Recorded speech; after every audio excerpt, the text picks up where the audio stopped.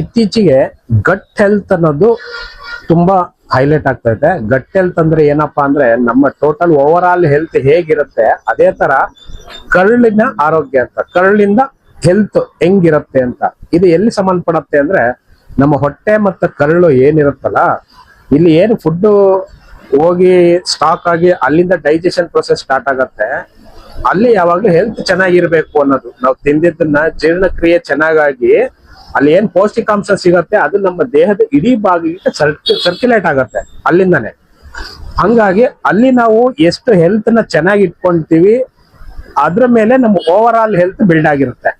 Acidic form ಆಗೋದು ಅಲ್ಲಿಂದಾನೆ.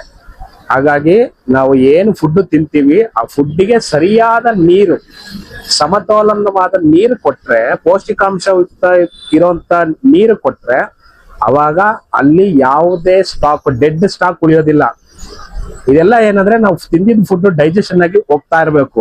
ಅಲ್ಲಿ ಯಾವಾಗ ಸ್ಟಾಕ್ ಡೆಡ್ ಸ್ಟಾಕ್ ಆಗತ್ತೆ ಅವಾಗ ಹೆಲ್ತ್ ಕೆಡುತ್ತೆ. ಹಂಗಾಗಿ ಇಲ್ಲಿ ಪ್ಯೂರ್ ಅಲ್ಕಲೈನು ಬೇರೆ ಎಲ್ಲಾ ಪ್ರಾಪರ್ಟೀಸ್ ಇರೋಂಥದ್ದು ವಾಟರ್ನ ಕುಡಿಬೇಕು ಅಂತ ಯಾವಾಗ್ಲೂ ಹೇಳ್ತಾ ಇರ್ತೀವಲ್ಲ, ಇದೆ.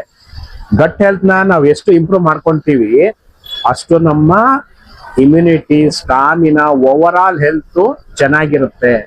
ಅಸಿಡಿಕ್ ಫಾರ್ಮ್ ಹೋಗ್ಬಿಡತ್ತೆ, ಅವಾಗ ಅಲ್ಕಲೈನ್ ಪಾರ್ಟ್ ಆಗ್ಬಿಡತ್ತೆ ನಮ್ಮ ಓವರ್ ಆಲ್ ಬಾಡಿ. ಯಾವಾಗ ಅಲ್ಕಲೈನಿಟಿ ಇರುತ್ತೆ ಅವಾಗ ಗಟ್ ಹೆಲ್ತ್ ಚೆನ್ನಾಗಿರುತ್ತೆ.